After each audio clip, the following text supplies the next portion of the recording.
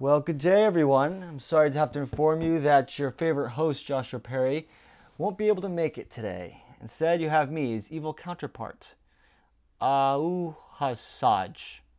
Yarip. That's right, I'm so completely evil that you will not even be able to pronounce my name. As a kid, I used to receive jelly beans and I would throw out all the colored ones besides the black licorice ones. Those were my favorite.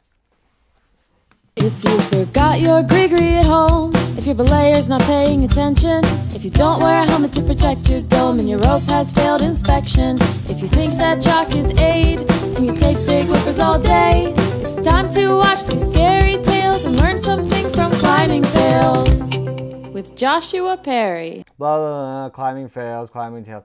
Ugh, I hope you hated that intro. Okay, let's get right into people receiving some bodily injury. I need to cheer up a little bit. Okay, Josh informed me that you were screaming this one at him. Josh, review this one! And about sent it to him 1,000 times. So let's start right off with this one and see what happens.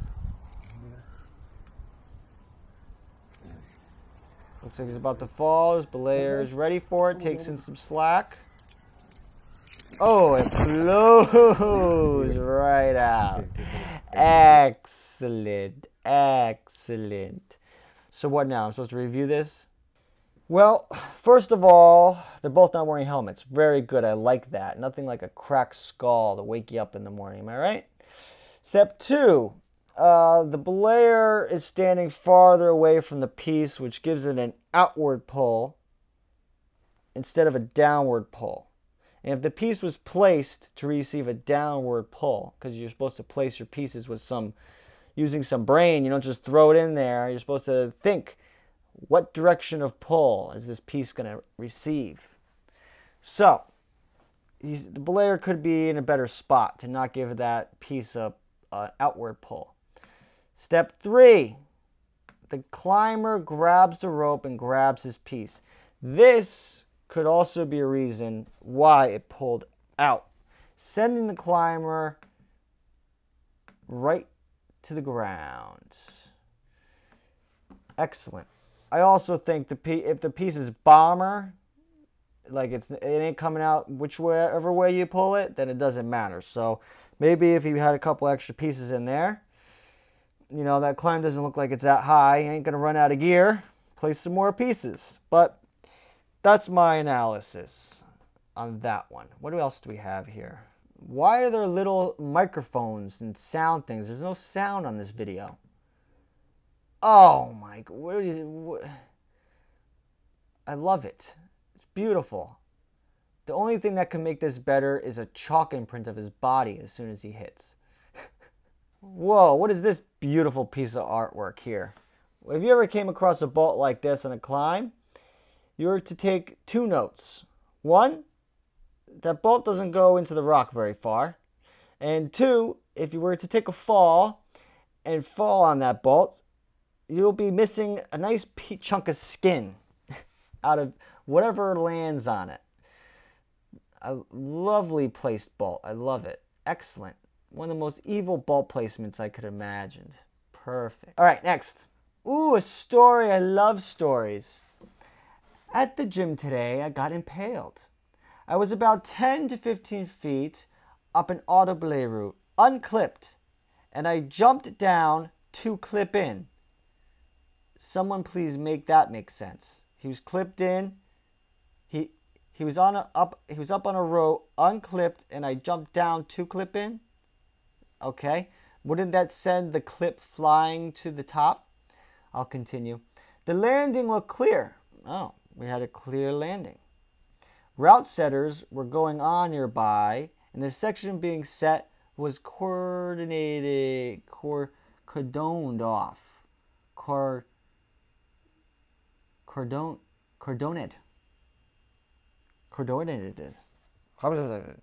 Condone. Off immediately to the left of the auto belay with black plastic fencing and 2-inch diameter PVC pipe posts, a few feet high. Okay. The landing wasn't clear. Okay, the landing first looked clear, and now it wasn't clear. As I was expecting to land, my feet never hit the ground. Instead, one of these posts drove up my anus, impaling my rectum. My back arched backwards as I was impaled, breaking my T7 vertebra. My sacrum, I didn't know that was even a thing. What is a sacrum?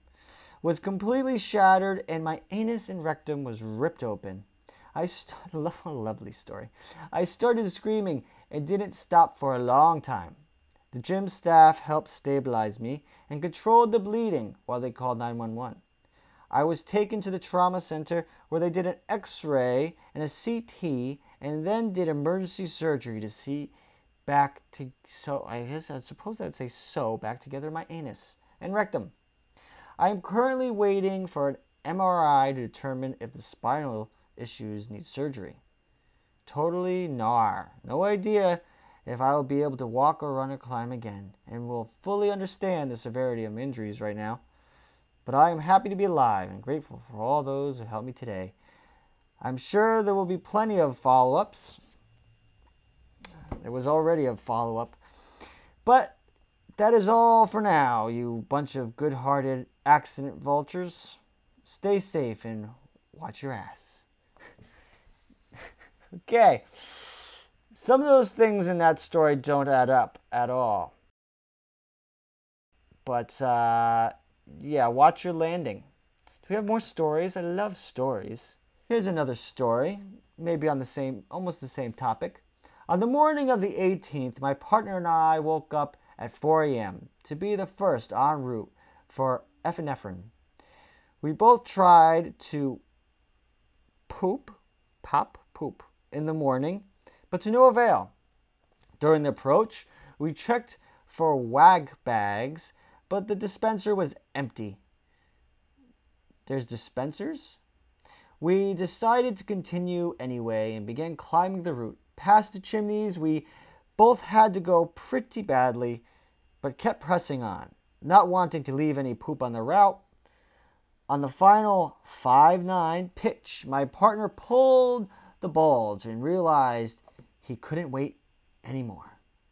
His instinct was to go right there, but there was absolutely no way to dispose of it.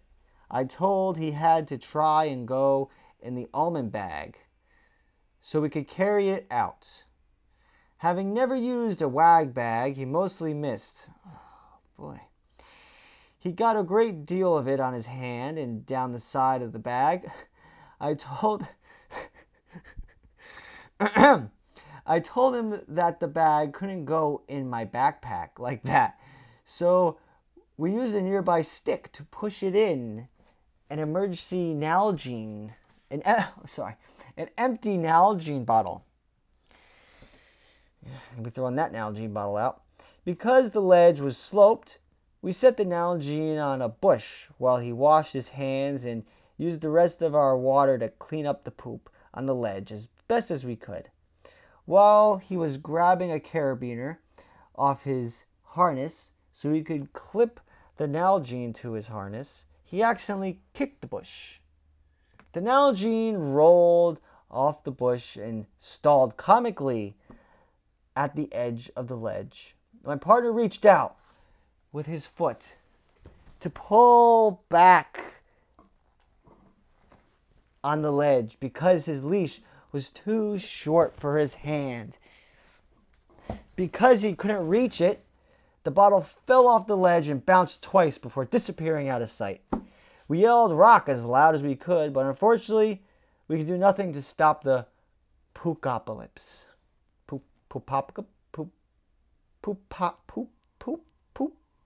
Poopocalypse, as people are now calling it, from becoming literally the worst poop I have ever witnessed. I am mortified at what happened. As a seasoned climber and as an LNT master educator. However, my partner and I did everything we could to be LNT while leave no trace. While he took this unavoidable poop. I added a little word there. He literally got poop all over his hands trying to contain his BM. and do the right thing. The resulting mess was from the bottle falling, as appalling, and I would have encouraged him to go back and clean it up if it weren't heading out of the state for 2 weeks. Oh, and I see you. My partner is dreadfully embarrassed. We're both sorry this happened. So, someone found a lot of poop all over the route, and that was the reason why. Well, I hoped you enjoyed these climbing tales and fails with Despicable Me. But I have to be walking out of here. I don't climb out of... Okay, alright, okay, I'll climb out of here. Okay. Aush, hoshaj, yarip, out of here. Climbing out of here.